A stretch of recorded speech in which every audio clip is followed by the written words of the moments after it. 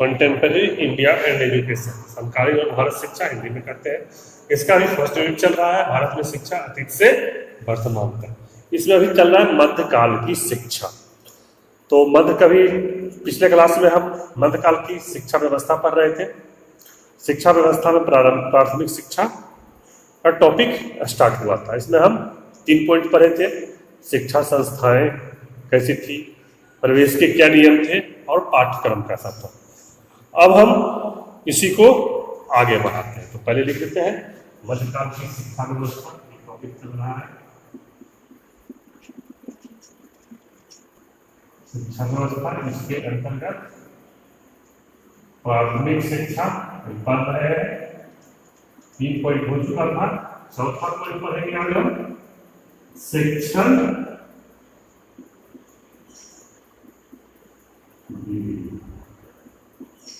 देखिए, शिक्षण विधि जो थी मध्यकाल की शिक्षा का या मुस्लिम काल की शिक्षा का, वह मौखिक थी या फिर प्रत्यक्ष भी कर सकते हैं। मौखिक शिक्षा पद्धति थी। सर्वप्रथम इसमें बालकों को शुद्ध उच्चारण का ज्ञान कराया जाता था कि वो जो भी वहाँ शिक्षक के रूप में मौलवी होते थे वो बालक को शुद्ध उच्चारण करना सिखाते थे। बालक को शुद्ध उच्चारण का ज्ञान हो जाने के बाद उसे फिर कलमा और कुरान की कुछ आयतें कंठस्थ करवाई जाती थी। मतलब यहाँ भी बिल्कुल मौखिक थी। यह अक्षर ज्ञान उसे हो गया, उच्चारण करना वो सीख लिया। उच्चारण करना सीखने के बाद उसे जो इस्लाम के कलमा होते थे या होते हैं और कुरान की कुछ आयतें उसे बिल्कुल याद करवाया जाता था। और कक्षा में सब बालक उच्च स्वर में एक साथ बोल करके रट्टा लगाते थे। पहले मौलवी जो होते थे वहाँ के शिक्षक के रूप में वह उच्चारण करते थे, कलमा हो या गुलाम की आयतें हो, फिर पीछे पीछे बालक उसका उच्चारण करते थे। और यह प्रक्रिया तब तक चलती थी जब तक कि बालक को पूर्ण रूपेण वह कलमा या कुरान की आयतें याद न हो जाए। जब बालक को पिछला सारा याद जो मौलवी पढ़ा रहे हैं वह याद हो जाता था कंठस्थ रूप से, तभी आगे का भाग उसे फिर याद कराया जाता था। तो ये थी वहां की मुख्य शिक्षण विधि। कि शिक्षण विधि जो थी मकतबों में, जो प्रारंभिक शिक्षा के केंद्र मकतब थे, वह पूर्णतः मौखिक थी।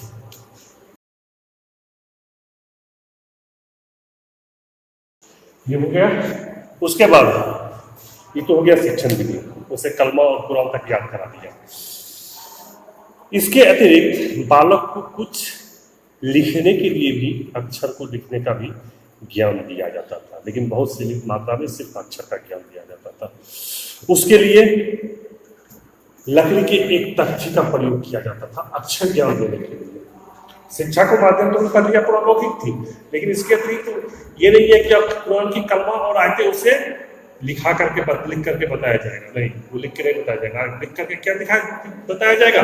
सिर्फ उसे अक्षर ज्ञान लिख करके उसे अक्षर ज्ञान दिया जाता था, जो लकड़ी के तख्ती पर होते थे, और उस पर सरकंडे के बनाए हुए मोटे कलम से उसे अभ्यास कराया जाता था अक्षरों को।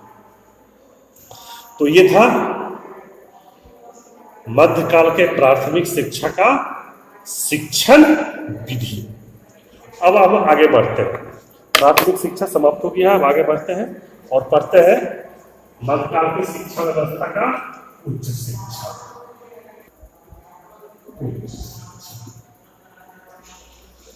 देखिए, सबसे पहले इसमें हम पढ़ेंगे शिक्षा संस्थाएं, जैसे कि प्राथमिक शिक्षा में सबसे पहले पढ़ते हैं उच्च शिक्षा संस्थाएं की। इसमें भी पढ़ेंगे शिक्षा संस्थाएं पढ़ेंगे।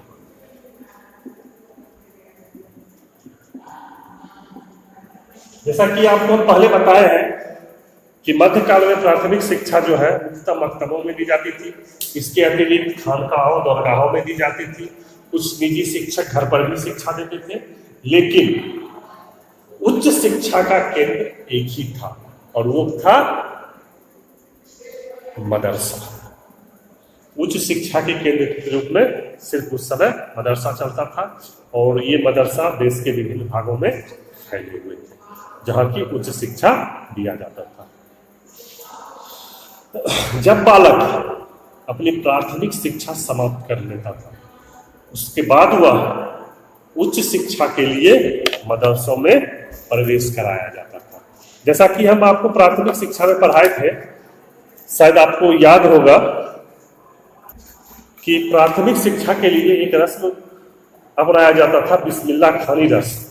उसके उपरांत प्राथमिक शिक्षा के केंद्रों में प्रवेश मिलता था, लेकिन उच्च शिक्षा में के केंद्रों में प्रवेश के लिए किसी भी प्रकार का कोई रस्म नहीं कराया जाता था। मतलब जो भी छात्र प्राथमिक शिक्षा पूर्ण कर लिए हैं और उच्च शिक्षा के लिए इच्छुक है, तो वह मदरसों में बिना किसी रस्म के ही प्रवेश पा सकता था। और उच्च शिक्षा के केंद्र जो थे वो संपूर्ण देश में थे, फैले हुए अलग अलग जगहों पर, जिसमें से आगरा, दिल्ली, लाहौर, मुल्तान, लखनऊ, सियालकोट और मुर्शिदाबाद के मदरसे शिक्षा के क्षेत्र में प्रसिद्ध थे। इसीलिए बुखारा, अफगानिस्तान और मुस्लिम देश के छात्र, बुखारा से भी छात्र और अन्य मुस्लिम देशों से भी छात्र शिक्षा प्राप्त करने के लिए इन मदरसों में आते थे। तो इसको अब हम लिख करके थोड़ा समझा देते हैं कि शिक्षा संस्थाएं उच्च शिक्षा के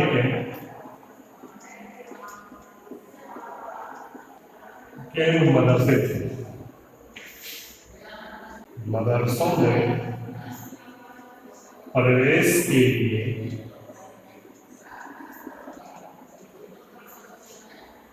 किसी भी प्रकार के रस्म का आयोजन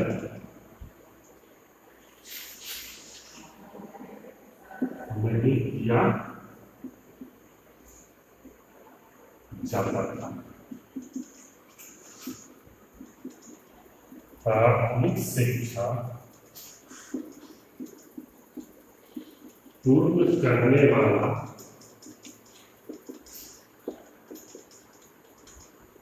कोई भी छात्र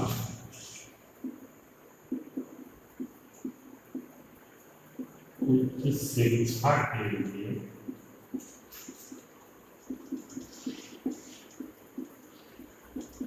मदरसों में प्रवेश ले सकता था।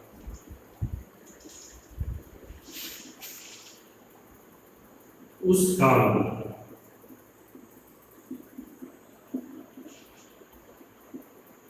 उच्च शिक्षा के केंद्र के रूप में मदरसे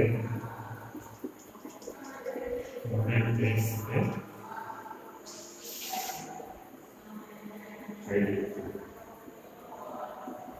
जिसमें आगरा, लखनऊ, मुर्शिदाबाद,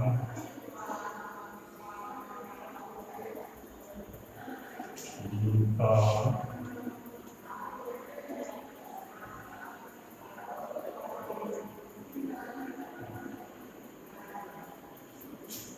इसमें आगरा, मुर्शिदाबाद, अजमेर,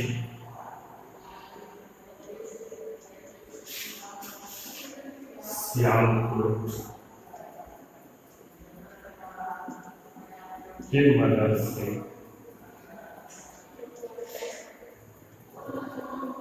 उच्च शिक्षा के लिए पूरे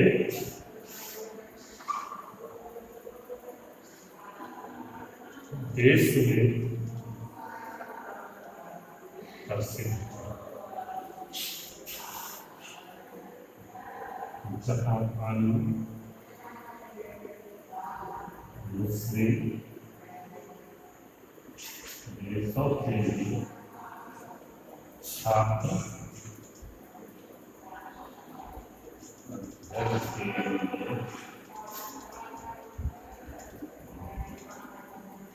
तो ये था शिक्षा संस्थाएं, ये था शिक्षा संस्थाएं। और अब हम आगे बढ़ते हैं और इसके दूसरे पॉइंट पर। इसका दूसरा पॉइंट है पाठ्यक्रम।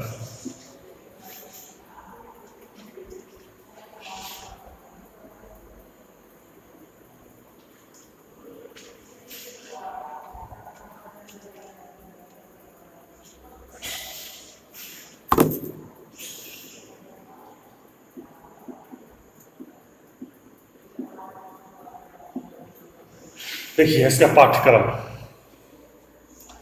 सबसे पहले इसमें पाठ्यक्रम के अंतर्गत इसकी शिक्षा की अवधि जान लेते हैं।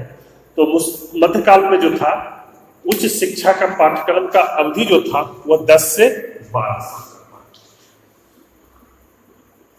मध्यकाल या मुस्लिम काल में उच्च शिक्षा की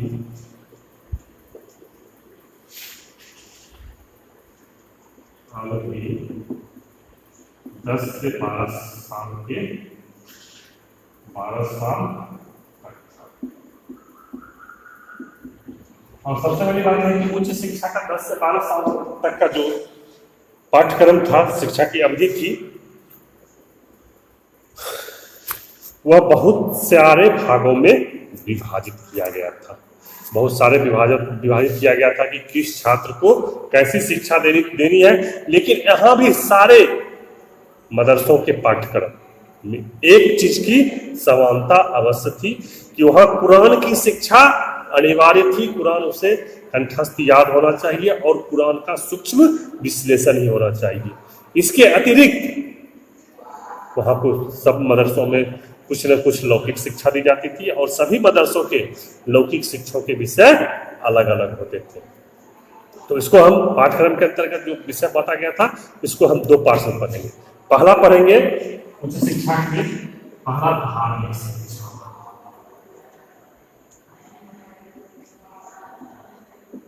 पहला पढ़ेंगे धार्मिक शिक्षा, जो कि सभी मदरसों में अनिवार्य रूप से पाठ्यक्रम में शामिल किया गया था।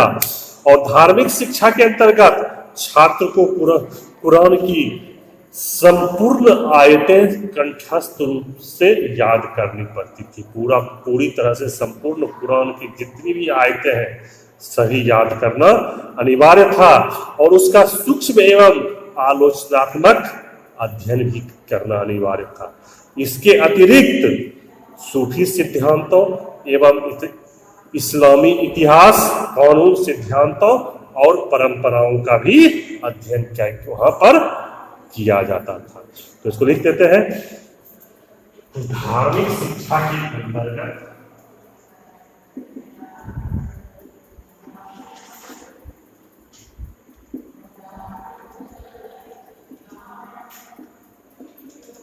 कुरान की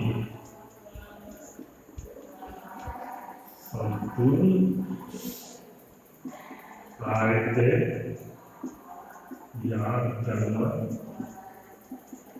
अनिवार्य था तथा इसका सूक्ष्म एवं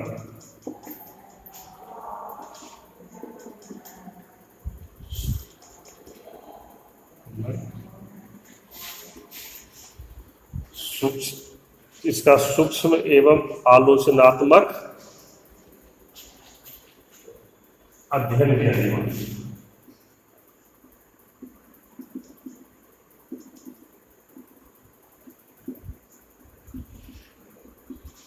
इसके अतिरिक्त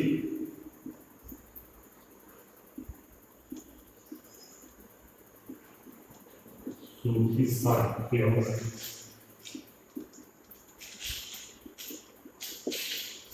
इस्लामी इतिहास,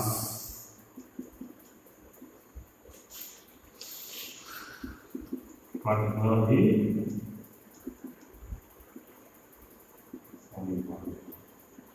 और ये जो पाठ्यक्रम निर्धारित था वो सारे मदरसों पर, चाहे जितने देश भर में जहां जहां भी मदरसे थे उस समय, सारे मदरसे पर समान रूप से लागू होता था। दूसरा है इसके अंतर्गत धार्मिक शिक्षा के बाद लौकिक शिक्षा।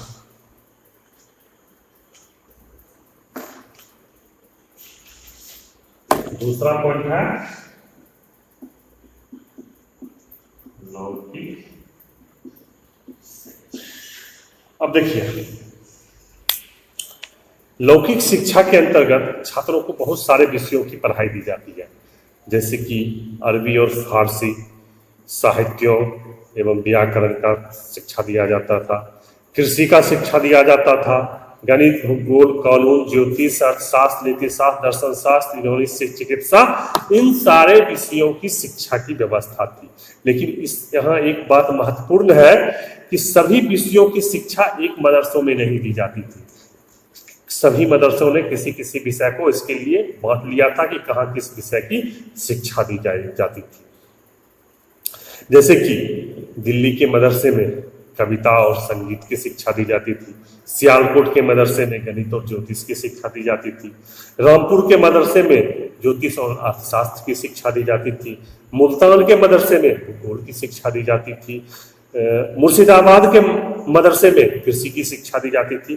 तो इस प्रकार सारे मदरसे में धार्मिक शिक्षा के अतिरिक्त कोई एक लौकिक विषय की शिक्षा दी जाती थी और सभी मदरसों ने अपने सुविधा अनुसार उस विषयों का चयन कर लिया था कि किस मदरसे में हमें किस विषय की धार्मिक शिक्षा के अतिरिक्त शिक्षा देनी है। तो ये था पाठ्यक्रम। अब अगला पॉइंट है इसका शिक्षण विधि, जिसे कि हम अगले क्लास में पढ़ेंगे। धन्यवाद।